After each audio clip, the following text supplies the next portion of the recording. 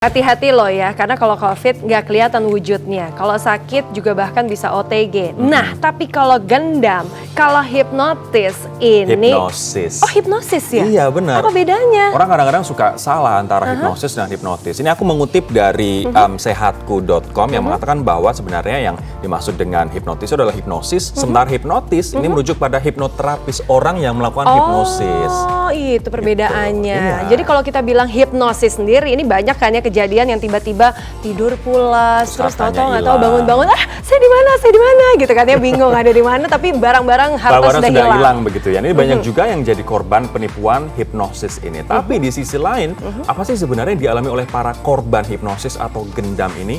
Yuk kita dengar pengalaman mereka. Inliners pernah kena hipnotis jalanan nggak? Duh, semoga nggak pernah ya.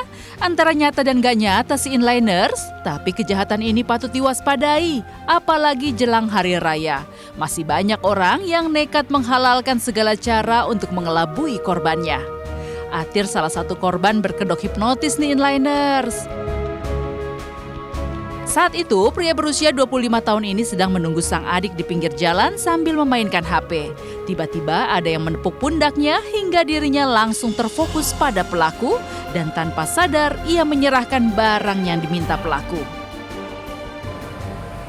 Handphone gue mana ya? Astagfirullahaladzim ya Allah. Allahu Akbar, handphone gue. Astagfirullah, yang tadi jangan-jangan. Allahu Akbar, astagfirullah. Atir mengaku saat dihipnotis dirinya dalam keadaan sadar dan ingat ciri pelaku, serta arahannya yang bermodus meminjam telepon genggam dengan alasan nyasar.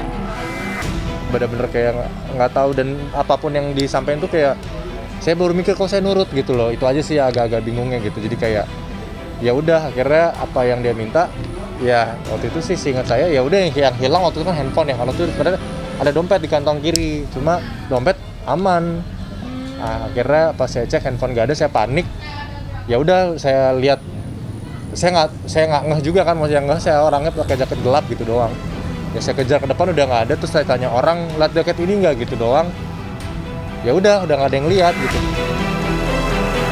Nah inliners, jika tidak mau jadi korban hipnotis, jangan sesekali mengeluarkan barang berharga di sembarang tempat ya, karena ini memancing kejahatan. Selanjutnya, jangan mudah kaget atau teralihkan saat ditepuk. Dan yang pasti nih, jangan mudah menerima pemberian makanan atau minuman dari seseorang yang tak dikenal ya, serta perbanyak berdoa. Semoga selalu selamat ya inliners. Kalau mendengar kata hipnosis atau yang biasa masyarakat sampaikan adalah hipnotis, kita selalu merujuk pada gendam atau pada hal-hal negatif begitu, atau pertunjukan show di televisi ya kan. Padahal ini sangat memungkinkan bahwa hipnosis bermanfaat kalau digunakan dengan jalan yang tepat. Banyak banget perawatan dan juga terapi kesehatan yang dilakukan dengan hipnosis, salah satunya untuk menghapus paranoia dan fobia tertentu. Wah, ini akan kita lihat ya bagaimana pengalaman Ajeng Wulandari yang berhasil menyembuhkan ketakutannya pada kecoa. Aduh, saya juga takut nih kalau ngomongin kecoa ya. Udah langsung merinding, baru ngomong kecoanya aja udah langsung merinding ya. Tapi kalau ketakutan pada dompet kering? Aduh, bisa nggak ya? Bisa kita tanya ya? Ajeng yuk.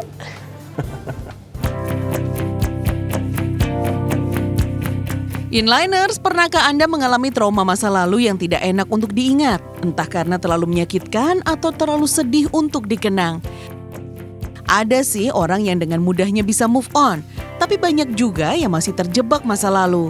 Ada beberapa cara untuk bisa mengatasi trauma psikologis ini, salah satunya menggunakan terapi hipnosis. Nah, ada yang masih bingung nggak apa bedanya hipnosis dengan hipnotis ya?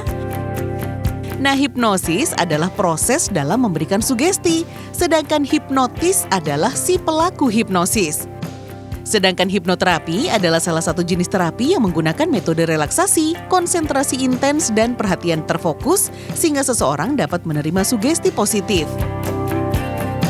Sugesti juga diketahui dapat membantu proses penyembuhan seperti fobia, masa lalu yang menyakitkan, kecanduan, hingga masalah seksualitas. Ada juga banyak macam dan fungsi hipnosis loh, antara lain hipnosis panggung yang biasa dipakai untuk menghibur orang banyak. Yang kedua, ada hipnosis motivasi. Metode hipnosis ini digunakan untuk membangun semangat seseorang.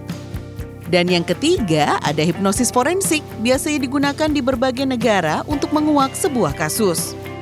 Dan yang terakhir adalah hipnosis klinis yang dipakai untuk menyembuhkan masalah psikologis seseorang.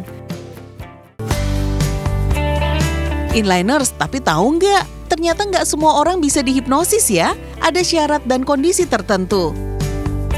Ada persyaratannya. Yang pertama tidak boleh dalam pengaruh obat-obat penenang atau narkoba, itu nggak bisa ya. Terus yang kedua, sebaiknya tidak memiliki masalah epilepsi sama jantung. Itu karena beberapa kasus ketika dalam kondisi tertentu itu bisa memicu penyakit jantungnya atau epilepsi. Untuk dapat sembuh total, Anda wajib meluangkan waktu minimal 2 jam setiap sesi dengan intensitas 3-4 kali pertemuan.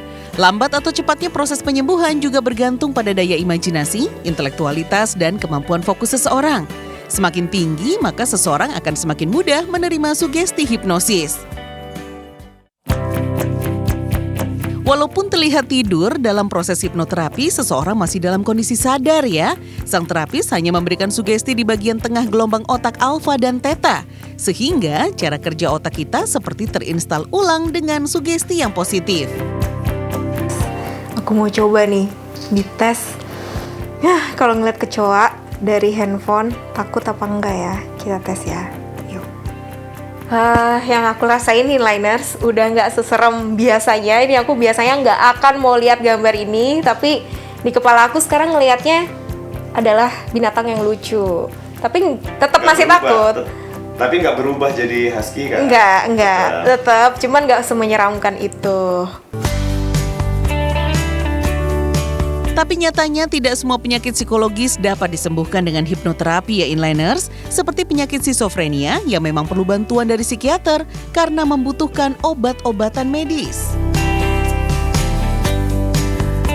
Wah, tapi sebenarnya pertanyaan Rory belum terjawab tuh. Apa tuh? Gimana kalau kita paranoia atau fobianya justru dengan kantong kering? Bisa banget menyembuhkan ketakutan pada kantong kering dan membuat kita jadi kreatif. Oh, kreatif cari duit ya. Kreatif cari duit. Tapi ini aku ada artikel juga yang menarik banget nih soal manfaat hipnosis. Kalau tadi kan dikatakan untuk mengobati paranoia atau fobia tertentu. Iya. Tapi selain itu ternyata juga punya manfaat untuk mengatasi post traumatic stress disorder atau PSTD. Ini trauma berkepanjangan, rasa dendam, rasa marah, amarah pada masa lalu dan ternyata bisa disembuhkan. Ada teman-temanku yang melakukan itu gitu. Ada juga mengobati insomnia dan juga bahkan rasa